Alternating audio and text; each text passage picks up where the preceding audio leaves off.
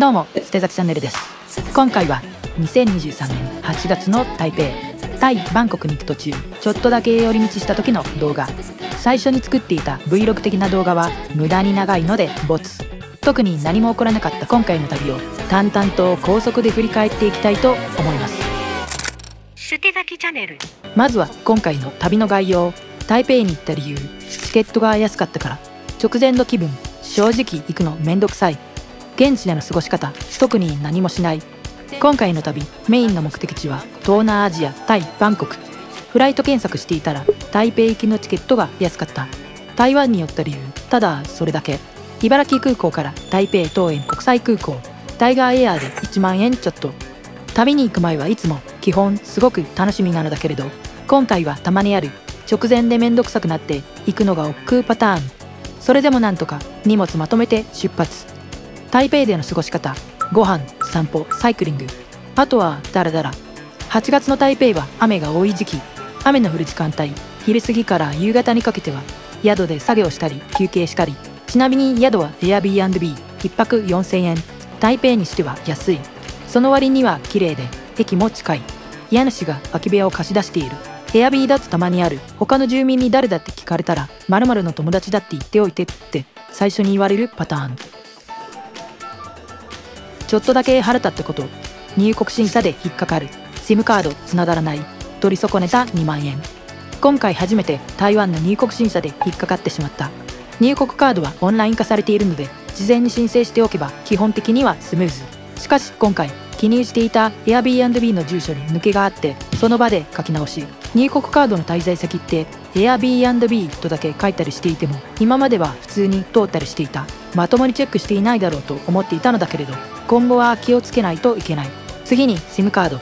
今回は Amazon で事前に調達。5日間有効で1080円。この SIM カードなぜか挿してもつながらない。結果判明したのは手持ちの Android 端末では使えないということ。 iPhone に挿し直したら問題なくつながった。あとは抽選。今台湾では観光促進キャンペーンみたいなのをやっていて、抽選で5000台湾ドルが空港で当たる。当選確率高めだと聞いていたので当たった時の豪遊プランも考えていたのだけれど、結果は無事に外れ。まあ今まで生きててくじ運なんて良かった試しがない。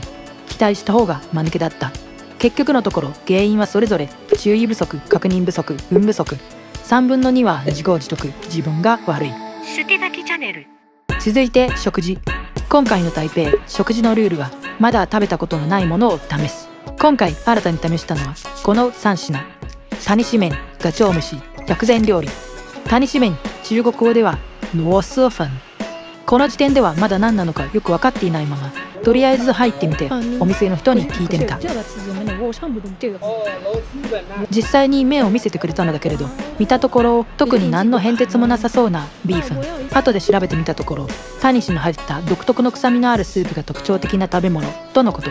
ちなみに台湾料理ではなく大陸の方、広西チワン族自治区発祥の料理。注文したのはおすすめなやつ。牛、豚、もつ全部入り150台湾ドル600円ほど。食べてみた感想は普通に美味しい。特にタニシ感はないし臭みや癖みたいなのもそれほど感じなかった。余談だけれどタニシといえばベトナムで食べたタニシの分の奥、韓国で食べたタニシールドジョージルウロンチオタンとかそっちの方がタニシ感は強め。続いてガチョウ飯。鳥に我と書いてガチョウ。ガチョウ飯とスープで130台湾ドル500円ちょっと。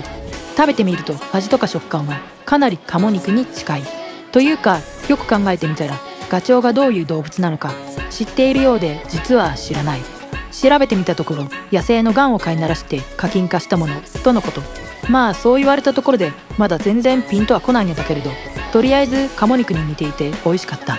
ところでこの店では注文しようとしたら紙に書いてと言われてしまった。台湾では紙の伝票で注文するお店が多い。ちなみに逆でこんな風に伝票なし口頭でのみ注文ってお店もあったりする。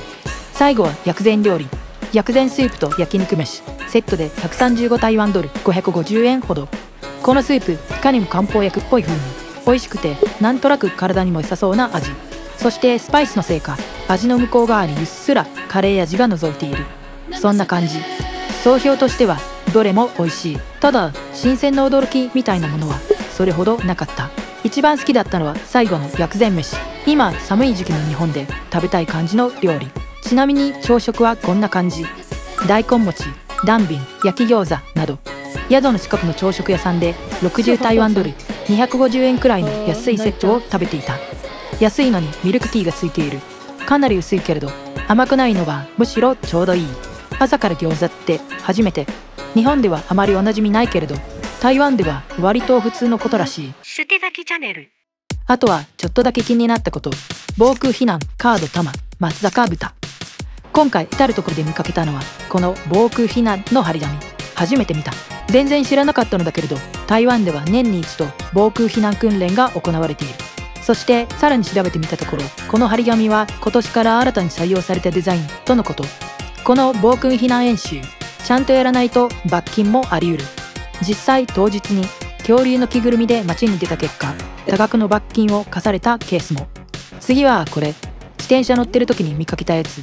最初の漢字上下をくっつけたような字は中国語でカードという意味。カード玉って何だろうとしばらく考えていたのだけれどこのワード中国語読みすると卡多摩。日本語の子供という言葉に無理やり中国語の漢字を当てたやつだった。ちなみに調べてみたところ子供用品のお店。台湾では日本語をよく見かけるとはいえこんなの現地の人が見て意味わかるのか疑問ではある。あとは松坂豚。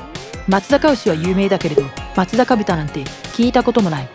どうせまた適当に日本のブランドっぽい名前をつけているんだろうと高をくくっていたのだけれど調べてみたら松坂豚は実際にあった。まあただそれだけ。以上高速で振り返る8月の台湾旅でした。特に何もしなかった旅。お金もあんまり使っていない。飛行機宿以外で使った現地費用は1600台湾ドル7000円程度。前回2月の台湾旅で余った現金2600台湾ドルで十分賄えてしまった。台湾のレシート宝くじ今回も全外れというわけで以上